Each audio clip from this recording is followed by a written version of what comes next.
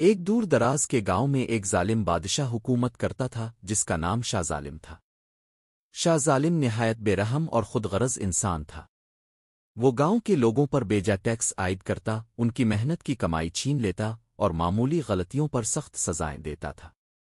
اس کے سپاہی ہر وقت لوگوں پر نظر رکھتے تھے اور جو کوئی بادشاہ کے خلاف آواز اٹھانے کی کوشش کرتا اسے قید میں ڈال دیا جاتا۔ گاؤں کے لوگ بے حد پریشان تھے، لیکن وہ شاہ ظالم کے خوف سے کچھ بھی کرنے سے قاصر تھے۔ لوگ دن رات محنت کرتے، لیکن ان کی محنت کا پھل ہمیشہ بادشاہ کی تجوری میں چلا جاتا۔ گاؤں کی حالت دن بدن خراب ہوتی جا رہی تھی اور لوگ بھوک اور بیماریوں کا شکار ہو رہے تھے۔ ایک دن گاؤں کے ایک نوجوان لڑکے کاہن نے ہمت جٹائی اور گاؤں کے لوگوں کو اکٹھا کیا۔ اس نے لوگوں سے کہا، ہم سب اس ظلم و ستم کو بہت عرصے سے سہ رہے ہیں، لیکن ہمیں یاد رکھنا چاہیے کہ اگر ہم سب مل کر کھڑے ہو جائیں تو کوئی بھی طاقت ہمیں شکست نہیں دے سکتی۔ ہمیشہ ظالم کے خلاف متحد ہو کر کھڑا ہونا ہوگا۔ لوگوں نے پہلے تو کاہن کی بات کو سنجیدگی سے نہیں لیا، لیکن جب کاہن نے اپنے دلیرانہ عزم کا اظہار کیا تو لوگوں کے دلوں میں بھی ہمت پیدا ہونے لگی۔ کاہن نے کہا، ہمیں اپنی آزادی کے لیے لڑنا ہوگا۔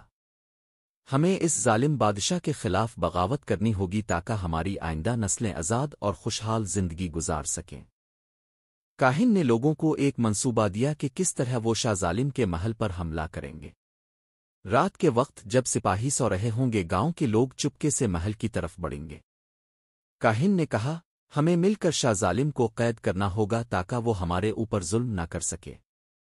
گاؤں کے لوگ ہتھیاروں کے بجائے صرف اپنے حوصلے اور اتحاد کے سہارے محل کی طرف بڑھے۔ انہوں نے سپاہیوں کو خاموشی سے قابو کیا اور شاہ ظالم کے کمرے تک پہنچ گئے۔ شاہ ظالم کو جب اپنے محل میں بغاوت کی خبر ملی تو وہ خوفزدہ ہو گیا اور قید میں ڈال دیا گیا۔